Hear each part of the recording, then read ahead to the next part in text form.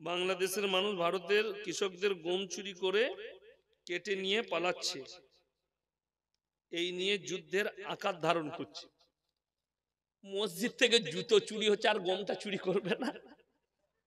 বড় কষ্ট লাগে। দেখুন, আমরা চাই যে কোনো দেশের সঙ্গে সম্প্রীতি থাকুক, ভালোবাসা থাকুক, যেন দুই দেশের সম্পর্ক সুসম্পর্ক হয়। আর চুরি জারি করুক, চুরিটা কিন্তু চুরি। কি বলছেন আপনারা? কথা বলেন। চুরিটা চুরি। আপনি যদি মুসলিম হয়ে ভাবেন কোন হিন্দু ব্যক্তির টাকা মেরে নেবেন, কিন্তু আল্লাহর কাছে হিসাব লাগবে, ওটা একদম অন্যায়, আপনাকে হিসাব লাগবে। আপনি যদি মনে করেন যে কোন হিন্দু ব্যক্তির মাঠের কোন জিনিস চুরি করে নেবেন, চুরিটা কিন্তু চুরিরই পাপ, আপনি করতে পারেন না। চুরি গুনাহ, যেই করুক চুরিটা গুনাহ। তোমরা কি করো দেন তো?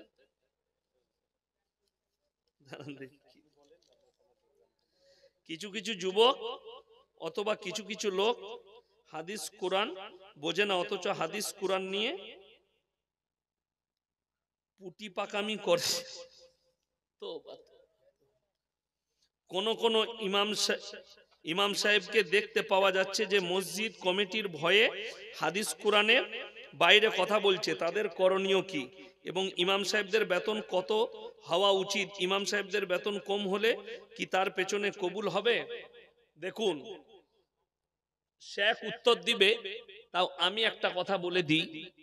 মসজিদ মার্বেল করছেন, মসজিদে এসি লাগিয়েছেন, যদি মসজিদে মার্বেল করেন, এসি লাগান, ইমামের বেতনটাও এসি ওয়ালাই হতে হবে। কথাটা বুঝতে পেরেছেন? আমাদের সমাজের অবস্থা খারাপ বলে দিই কেন? আপনি বিনা পয়সায় পেলে আর পয়সাতে যাবেন না, আমাদের সমাজের লোক। ঠিক বললাম না ভুল বললাম? ওই জন্য তো আমাদের হাল খারাপ। চাচা কাজ করতে পারে না, চাচার আর কোনো কাজ করার ক্ষমতা নাই। চাচাকে বলছে, চাচা তুমি তো কাজ পারো না, তো মসজিদে থাকবা কেন? বলে 5 টাইম আজান দিবে আর তুমি 3 বেলা খেয়ে নিবে। চাচা দেখলে নাই মামার থেকে কানা মামা অনেক ভালো, এমনি তো কাজ করতে পারি না, তা মসজিদই থাকি গা, 5 টাইম আজান দেবো, একটু ঝাড়ু লাগিয়ে দেবো, আর সকালে না চা নাস্তা পাবো, দুপুরে ভাত, রাতে ভাত। সেই চাচাকে রেখেছে বিনা পয়সায়। চাচা আজান দিলে অমুসলিমরা টোল করছে সেই চাজান আজানে। আরে মুসলিমদের আজান এত খারাপ, অথচ হযরতে সাইয়েদনা বেলাল হাবশী রাদিয়াল্লাহু তাআলা আনহু যখন আজান দিতেন, মদিনার গলিতে কান্নার রোরহাট পড়ে যেত, এত মধুর আওয়াজ ছিল। বেঈমান কাফেররা উতাল পাতাল হয়ে যেত, এত সুন্দর আজান। আমাকে যদি আজান দিতে বলেন, মৌলবীকে আজান দিতে বলেন, আল্লাহু আকবার, আল্লাহু আকবার, কথাটা বুঝতে পারেন? আর চাচাকে রেখেছেন বিনা পয়সায়, চাচার বয়স হয়ে গেছে, আল্লাহু আকবার, আল্লাহু যা বুঝে করে। অমুসলিম ভাইরা বলছে, হায় চাচার আজান, মুসলমানদের আজান এত খারাপ। হাসি করবে, টোল করবে, কেন? আপনি পয়সা খরচ করবেন না। কেউ যদি বিনা পয়সায় ইমাম পায় আর পয়সা দিয়ে ইমাম রাখবে না, এটাই হচ্ছে দুঃখের। আপনি ইমামকে উপযুক্ত বেতন দেন, তার নামাজটা যেন মনোযোগ থাকে নামাজে, তার যেন ধ্যান থাকে নামাজে। আমার ভাই, আপনি ভেবে দেখুন, কিয়ামতের আলামতের মধ্যে একটা মারাত্মক আলামত, যখন আলেম দিকে বেইজ্জতি করা হবে, আল্লাহ ইলমের থেকে আগে আলেম দিকে তুলে নেবেন। যখন মানুষ মূর্খর কাছ থেকে দিন বুঝতে শিখবে আর আলেম দিকে তারা অপমান অপদস্থ করবে। একটা ইমামের, আমি ইয়াসিন বলেছি মুর্শিদাবাদে, আজকে আমি ধুলিয়ান এলাকায় বলে গেলাম, যদি ইমামদের বেতন 30,000 করেন, আমি ফ্রি পয়সায় জলসা করে যাব, 1 টাকা লুবো না, ফ্রি জলসা করব। আমি চ্যালেঞ্জ ছুড়ে বললাম, ইমামদের বেতন 30,000 করুন। যখনই 30,000 টাকা হবে, আমি আর জলসাই করব না, ইমামতি করব। কথাটা বুঝতে পারেননি? 30,000 পেলে ইমামতি করব ধুলিয়ানে এসে, কত ভালো, 30,000 পাবো। সুন্দর কথা। অনেকজন বলছেন, জি আমি চা খাবো নে, নামাজ পড়িয়ে পয়সা নিতে হবে, হাদিসে কোথায় লেখা আছে? জলসা করে পয়সা নিতে হবে, হাদিসে কোথায় লেখা আছে? হাদিসে কোথাও লেখা নাই। তোমাকে আমি বলে দিই, শোনো, একটা হাদিস নিয়ে এসো, চাকরি পাওয়ার পরে, মাস্টার হওয়ার পরে স্কুল কলেজে 6 ঘন্টা পড়িয়ে 70,000 বেতন নিতে হবে। কোথায় লেখা আছে? যেখানে লেখা আছে ওইখানেই লেখা আছে বেতন নিতে হবে। কথাটা বুঝতে পারোনি? তুমি কোনদিন প্রশ্ন করেছো 1 টাকা লুবো না আমি জলসায়, তোমার গ্রামে ফ্রি জলসা করব, তুমি খালি 6 মাস আমার মাদ্রাসার 250-300 ছাত্র বোর্ডিং এ 300 ছাত্র খায়, তুমি খালি 6 মাস ফ্রি রান্না করে দিবে ওই 300টা ছেলে। 1 মাস পরে তুমি লুঙ্গি খুলে আন্ডার প্যান্ট পরে মাঠে মাঠে ধুলিয়ান ছুটে পালিয়ে আসবে। জানা আছে কত খিদমত করতে পারো। একটা আলেমকে পয়সা দিতে গায়ে লাগে, ওই জন্য বিনা পয়সায় মুয়াজ্জিন রেখেছে। ফজরের সময় চাচা আজান দিচ্ছে, আসসালাতু খয়রন মিনান, যার নাম খয়রন সে উঠে পড়েছে, আমাকে কে ডাকছিল, বাস সব শেষ। আর যদি পয়সা দিয়ে রাখে, গিয়ে বললেন শেখকে ভাই একটা মাদ্রাসায় পড়া আলেম দেখে দেন, একটা ভালো হাফেজ দেখে দেন যে মসজিদে মুয়াজ্জিন থাকবে, খাওয়া দাওয়া দেবো, 7,000 বেতন দেবো, তার আজান হবে আসসালাতু খায়রুম মিনান নাওম। কিন্তু এমন লোক রেখেছেন বিনা পয়সায়, ভেবে দেখুন আপনি ইমামকে কতটা মূল্য দিয়েছেন। আমি যখন লখনৌয় পড়ি উত্তরপ্রদেশে, আমি দরগায়ে হায়দার বখশ বলে একটা মসজিদ নবাবদের আমলের, আমার উস্তাদ কারি কামাল উদ্দিন মরহুম চলে গেছেন, আল্লাহ জান্নাতি করুক, বলুন আমিন। অল্প বয়সে তিনি করোনার সময় মারা গেছেন। আমার পাশের গ্রামে বাড়ি বর্ধমানে, ওখানে শিক্ষক। তো আমি 3 টাইম নামাজ পড়াতাম, মাগরিব ঈশা ফজর, কোন বেশিরভাগ দিন ঈশা আর ফজরের নামাজটা পড়াতাম, ইমাম ছিলাম। তো একজন মুক্তাদি বললে, मेरा जो है 2 बेटी हैं, 1 बेटा है, आप ट्यूशन पढ़ाएंगे, कुरान पढ़ा देंगे? हम एक बच्चे का 700 रुपया लगेगा। আমাকে আর কিচ্ছু বলেনি। সে গিয়ে মাদ্রাসার মুহতামিম যে আছে কারি মুস্তাক সাহেব মরহুম, তিনিও মারা গেছেন, তো তিনাকে গিয়ে শিকায়ত করেছে। আমি যখন সকাল 6:30টার সময় ক্লাসে যাচ্ছি, মসজিদ থেকে বেরিয়ে গেটে ঢুকছি, আমাকে ডাকলেন। আমি দেখলাম পাশে লোকটা বসে আছে, ইধার आओ। তো তিনি বললেন, अरे तुमने क्या बताया, एक बच्चे का 700 रुपया लगेगा। आमी बोला हजरत मैं 2 बात कह दूं? बोले कह दो। क्या बात है बताओ? हमने हजरत इनका लड़की जो है इंग्लिश मीडियम में जाती है, महीने का 3,000 रुपया लगता है। इनके लड़की जो ट्यूशन पढ़ती है, हर टीचर को 500 रुपया, 800 रुपया, 1000 रुपया लगता है। इनका लड़का जहां ट्यूशन पढ़ता है महीने का 2,000 रुपया लेते हैं, और मैं दुनिया के सबसे उम्दा किताब का तालीम दूंगा, इनका पास कोई कीमत ही नहीं है। बोले भाई तुमने तो बड़ी ऊंची बात कह दी। बोले भाई चलो 600 रुपया करके दे देना। আমি 3 জনের 1800 টাকা নিতাম, তবে আমি পড়াতে যেতাম কোরআন, তা না হলে আমি বলেছিলাম আমি পড়াতে পারবো না। আজকে বড় কষ্ট লাগে। আমাকে একজন আমার গ্রামে এসে, মক্তবে অনেক ছেলে আছে, প্রায় 700-800 ছেলে, আমার গ্রাম বড় গ্রাম। তো একজন বলছে, মৌলী সাহেব আমার ছেলে 1 বছর থেকে যাচ্ছে, এখনো নুরানি কায়দা শেষ হয় না। আমি বলবো কিয়ামত পর্যন্ত হবে না, ক টাকা দিস বল। বলে টাকা আমি দিই না। আমরা কিয়ামত পর্যন্ত আসবে না, রোজ আসবে, আর ইমাম সাহেব বলবে আলিফ বা তাসা, যা ঘর চলে যাবে, আলিফ বা তাসা, রোজ আলিফ বা তাসা চলে যাবে। আর যদি ইমামকে এসে বলো যে মৌলী সাহেব আমি আপনাকে প্রতি মাসে 200 করে টাকা দেবো, আমার ছেলে যেন কোরআন শিখে যায়, আমি বলছি 15 দিনে কোরআন শিখবে তোমার ছেলে। সমাজ শুনে আমার মা বোন কোরআন জীবনে পড়ে না, বছরে একবার কোরআন পড়ে, খালি রোজার মাসে। ঠিক বললাম না ভুল বললাম? খালি রোজার মাসে কোরআন খুলবে। কাঁচা পিতলের জিনিস জানেন না? জানেন না? আচ্ছা ওটা মানলে বেশি চকচক করে, ব্যবহার করলে চকচক করে না? ভরে রাখলে ব্যবহার করলে চকচক করে। কোরআন এমন এক মুকদ্দাস কিতাব, কোরআন মাজিদ, আপনি যত পড়বেন তত চকচক করবে।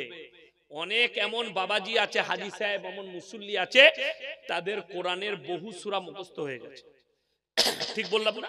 বহু সূরা মুখস্থ। কি করে? পড়ে পড়ে। আর আমার মারা রোজার মাসে একবার কোরআন খুলবে, দিয়ে আর কোনো রাস্তা পাবে না। কি রাস্তা পাবে? আলহামদুলিল্লাহ রাব্বে, যা বুঝে করে। আর বললি এরা বলছে ভ্যাংচাচ্ছে। কে বললে ভ্যাংচাচ্ছে? তুমি জীবনে কোরআন পড়লে না? তুমি কোরআনটা রোজ পড়লে না? তুমি একবার বললে না যে আমার কোরআনটা কিভাবে শুদ্ধ হবে, আমি রোজ কোরআন পড়ি? যে লোকটা কোরআন শিখছে, আটকিয়ে পড়ছে, ডবল নেকি পাবে। জোরে বলুন সুবহানাল্লাহ। যে শিখছে তার জন্য এটা, আর যে শিখে গেছে আর চেষ্টা করে না, তার কোনো গুরুত্বই নাই কোরআনের প্রতি, সে নেকি পাবে না, ঘুরিয়ে তার গুনাহ হবে। কেন? তোমার প্রচেষ্টাই নাই, চেষ্টাই নাই, কোনো চেষ্টা নাই তোমার। তুমি মনে করছো বছরে একবার খালি রোজার মাসে খুলবে। আমাদের মায়েরা এমনি নামাজ পড়ে না, খালি রোজার মাসে নামাজ পড়ে, দিয়ে বলবে আমি জান্নাতি। আমার ভাই অনুরোধ করে বলে যাচ্ছি, প্রত্যেকটা ভাই নিয়ত করুন, আজ ফজর থেকে নামাজ কেউ ছাড়বো না। জোরে বলুন ইনশাআল্লাহ। আজ ফজর থেকে কেউ নামাজ ছাড়বেন না, নিয়ত করেলেন। প্রত্যেকটা ভাইকে বলছি, নিজের বিবিকে, বিটিকে, সবাইকে পর্দায় আনবেন। পর্দা করা ফরজ না ফরজ নয়? ফরজ। আমরা সকলে জানি পর্দা করা ফরজ, অথচ পর্দা আমাদের কাছে ছিঁড়ে বেরিয়ে গেছে। একটা চকলেটের দাম 1 টাকা, ঠিক কি না? আচ্ছা, ওইটা যদি কেউ প্লেটে ছিঁড়ে বিক্রি করে নামিয়ে দোকানে, কেউ কিনবে? আপনার কাছে 1 টাকা দামি চকলেটের এত ইজ্জত, সেটা প্যাকেটের ভেতরে থাকলে তবে আপনি কিনবেন। আপনার বিবি বেপরদা ভাবে রাস্তায় ঘুরছে, তার কোনো মূল্য নাই। ভেবে দেখুন, 1 টাকা চকলেটের মূল্য আছে, তোমার বিটির মূল্য তোমার কাছে নাই, তোমার বিবির মূল্য তোমার কাছে নাই, অথচ পর্দা ফরজ। কোরআন বলছে ওয়াদরিব খুমুরহিন্না আলা জুনুবিহিন, হে নারী তুমি পর্দা নির্ধারিত করো, তোমরা কোনোদিন ধর্ষিত হবে না, লাঞ্ছিত হবে না। অথচ আজকে আমরা আমাদের মা বোনকে বেপরদায় নিয়ে গেলাম। খুব সূক্ষ্মভাবে ভাববেন। আপনি বলছেন আমি হচ্ছি ধুলিয়ানের মধ্যে মুমিন ব্যক্তি, আপনি এমন একটা মুমিন যে ফজরের পরে নিজের বিবিকে নিয়ে ফারাক্কায় যাবেন, নিজের বিবিকে নিয়ে ওমরপুরে ডাক্তার দেখাতে যাবেন। বড় কষ্টের বিষয়, পেছনে মোটরসাইকেলে বউ বসে আছে, আপনি বাইক চালাচ্ছেন, বিবির পেটু বেরিয়ে আছে আর পিটু বেরিয়ে আছে, আর আপনি বলছেন আমি মুমিন, অথচ পর্দা ফরজ। বেঈমান কাফেররা তাদের কাজে কামিয়াবি লাভ করেছে। মহিলাদের জন্য টাকনুর নিচে কাপড় পরা কি সুন্নত, কাপড় টাকনুর নিচে পরতে হবে, পুরুষরা টাকনুর উপরে কাপড় পরবে। বেঈমান কাফেররা মহিলাদের জন্য এমন সালোয়ার তৈরি করেছে, টাকনু থেকে 1 বিত্তা উপরে প্রত্যেকটা মেয়ে সালোয়ার পরছে, আর পুরুষরা টাকনুর নিচে। অথচ বেঈমান কাফেরদের এইটাই হচ্ছে কামিয়াবি। আপনি এটা বুঝতে পারলেন, নামাজ পড়া ফরজ। আপনি মৌলবীকে জিজ্ঞেস করলেন না 1 জানুয়ারি পালন করা ফরজ না হারাম? আপনি এটা জিজ্ঞেস করলেন না 25শে ডিসেম্বর আমাদের না বেঈমান কাফেরদের ইহুদিদের? এটা জিজ্ঞেস করলেন না। আপনি পালন করবেন কেন? সমাজ চলছে ওইটার দ্বারাই, সমাজকে আপনি ওইটাই সংস্কার নিয়ে এসেছেন। অথচ আপনি মৌলবীকে জিজ্ঞেস করলেন এটা জায়েজ না না জায়েজ। বেঈমান কাফেররা ঠান্ডা মাথায় জিনা করাচ্ছে আপনার আমার সন্তানকে। তারা নাম দিয়েছে 14ই ফেব্রুয়ারি ভ্যালেন্টাইন ডে, কাজ হচ্ছে জিনা করা। তারা নাম দিয়েছে চকলেট ডে, কাজ হচ্ছে জিনা করা। তারা নাম দিয়েছে রোজ ডে, কাজ হচ্ছে জিনা করা। তারা নাম দিয়েছে কিস ডে, কাজ হচ্ছে জিনা করা। প্রতিনিয়ত তাদের নিয়ত এই মুসলমানদের ছেলেমেয়েরা এরা যেন জিনায় লিপ্ত হয়, এরা যেন ব্যভিচারে লিপ্ত হয়। তার জন্যই তো মেলা খেলা। আজকে ওরসকে হালাল করে দিয়েছে, ওরসে মেলা বসছে, অবাধে মিলামিশা চলছে। আমি চ্যালেঞ্জ ছুড়ে বললাম, কোন পৃথিবীর মৌলবি, এই গোটা ভারতবর্ষের পশ্চিম বাংলার মৌলবিদিকে চ্যালেঞ্জ দিলাম, কেউ যদি কোনো ভণ্ড হুজুর এটা যদি মিথ্যা প্রমাণ করাতে পারে, পাথরচাবড়িতে ওরস হয়, পাথরচাবড়িতে 7ই চৈত্র থেকে মেলা হয়, 7, 8, 9, 10 ওরস হয়। এই ওরসে পৃথিবীর যতগুলো পাপ আছে সব পাপগুলোই হয়। সেখানে ফাংশন হয়, লোটো হয়, আলকাপ হয়, জিনার আড্ডাখানা বসে। আমি বর্ধমান জেলায় বলেছি, পশ্চিম বাংলায় কেউ যদি কারো বউকে নিয়ে পালিয়ে যায়, কোথাও খুঁজে না পেলে পাথরচাবড়িতে ঘর ভাড়া পাওয়া যায়, ওই মাজারের পাশে ঘর ভাড়া পাওয়া যায়। এটা আমি মিথ্যা কথা বলি নাই। আমি আমাদের এলাকার যতজনের বিটি পালাইছে, বউ পালাইছে, সব ওইখানে খুঁজে পেয়েছি, ওই মাজারে জিনার আড্ডাখানা বসে। অথচ কোরআনে আছে ওয়ালা তাকরাবুজ জিনা ইন্নাহু কানা ফাহিশা ওয়া সাআ সাবিল। আপনাদের মুর্শিদাবাদের মেয়েকে দেখিয়ে দেব, চৈত্র মাসে পাথরচাবড়ি পায়ে হেঁটে যাচ্ছে। তাকে জিজ্ঞেস করুন কেন যাচ্ছিস? তার হুজুর বলেছে পায়ে হেঁটে গেলে হজের নেকি পাবি। জোরে বলুন নাউজুবিল্লাহ। তাদের আকীদা ঢুকিয়ে দিয়েছে তাদের মধ্যে। আর আমি বলে যাচ্ছি কোরআন স্পষ্ট করেছে, ইন্নামা হাররামা আলাইকুমুল মাইতাতা ওয়াদ-দামা ওয়া লাহমাল খিনজির ওয়া মা উহিল্লা বিহি লিগাইরিল্লাহ। প্রবাহিত রক্ত, মরা জন্তুর মাংস, শুয়োরের মাংস আল্লাহ ব্যতীত অপরের নামে উৎসর্গিত জিনিস তোমাদের জন্য হারাম করেছে। সেটা ঠাকুরের সামনে হোক, গাছের সামনে হোক, মূর্তির সামনে হোক, ঢিপির সামনে হোক, আর মাজারের সামনে হোক। অবাক হবেন, আমি ইয়াসিন বেঁচে আছি, এখন যদি আমাকে সভাপতি সাহেব বলেন যে ভাই আমাকে চা খেতে 100 টাকা দেন, আমি পকেট থেকে বার করে দিতে পারবো না? পারবো না? কথা বলে। আর আমি যদি মরে যাই বার করে দিতে পারবো? আমাদের দেশের ভণ্ডরা বলছে পীর সাহেব বেঁচে থাকার সময় চলতে পারতো না, কিন্তু মরে গিয়ে তার পাওয়ার বেড়ে গেছে। বাস্তব কথা বলছি। আমার আব্বাজির বয়স এখন 80 বছর। কত বললাম? 80। তো উনাকে ধরে ধরে গাড়িতে চাপাতে হয়। মাঝে মাঝে আমার গাড়িটা বেশি উঁচু, ওই জন্য ধরে চাপাতে হয়, ধরে নামতে হয়। ওই জন্য নিচু গাড়ি নিয়ে আছে ওনার জন্য, ছোট গাড়ি। তো 1 ঘন্টার বেশি বলতে পারে না, ধরে ধরে বেচারাকে স্টেজে চাপায়।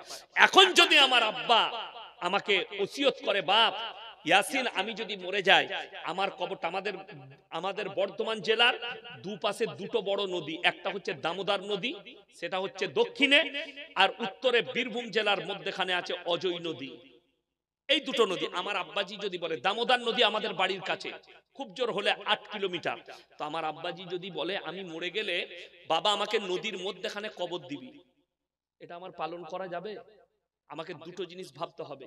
1 নম্বর, কোরআনে আছে মানুষ যখন বৃদ্ধ হয়ে যায়, বৃদ্ধাক্যে পৌঁছায়, তখন খেয়ে বলে খাই নাই, শুয়ে বলে সই নাই। এটা কোরআন। বাচ্চা ছেলের মতো হয়ে যাবে, এটা কোরআন। আমাকে এইটা ভাবতে হবে। আমি খালি অবাক হয়, কোন পাগল ছাগলে বোম্বেতে হাজী আলী বাবার কবরটা পানিতে দিতে গেল, মাজারটা, কবরটা, ওই মাজারটাই মালই নাই। আমি চ্যালেঞ্জ ছুড়ে বলেছি। এটা বলার কারণে কম গাল খাই নাই।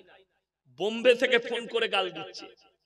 আমি বললাম ভাই যারা উনকো তোড়কে দেখাও, এ ভণ্ডরা তো বলছে পীর সাহেব কবরে বেঁচে আছে, বলছে না? বলে নাই? তাহলে কবরটা ভাঙলেই তো পীর সাহেবকে দেখা পেবি। অবাক হবেন, 5000 10,000 BMW ভার্সিটি। আমার জলসা যখন শেষ হয়ে যায়, এপ্রিলের শেষ, মে মাসের প্রথম সপ্তাহে আমি মুম্বাই যাই। মুম্বাই 1 সপ্তাহ 10 দিন থাকি। আমার ভাই আছে, বিরাট কারখানা, তার বাড়িতে থাকি। আমার আব্বার অনেক ছাত্র আছে, আমার বন্ধু আছে কামরুল ভাই, তাদের বাড়িতে থাকি। তো আমার কাজ হচ্ছে, আমি রাতের বেলায় হাজী আলী ওখানে পায়েস পাওয়া যায় একটা হোটেলে, ফলের পায়েস, অনলি ফর ফলের পায়েস। আমি সেখানে খাই। একবারই ফজরের নামাজ পড়ে বাড়ি আসি, সমুদ্রের হাওয়া খাই সারা রাত বসে। তো ওখানে আধার কার্ড, ভোটার কার্ড থাকলে পুলিশ আর কিছু বলবে না, পরিচয় পত্র থাকতে হবে। তো দেখি রাতের বেলায় দামি দামি, সন্ধ্যাবেলায় BMW মার্সিডিজ ওডির গাড়ি দাঁড়াচ্ছে, আর ওই মাজারে ঢুকে বড় লোকরা 10,000 15,000 চাদর নিয়ে যাচ্ছে, ঢাকা দিয়ে দিলে, বাবা হামকো বাচ্চা দে দো, বাবা হামারে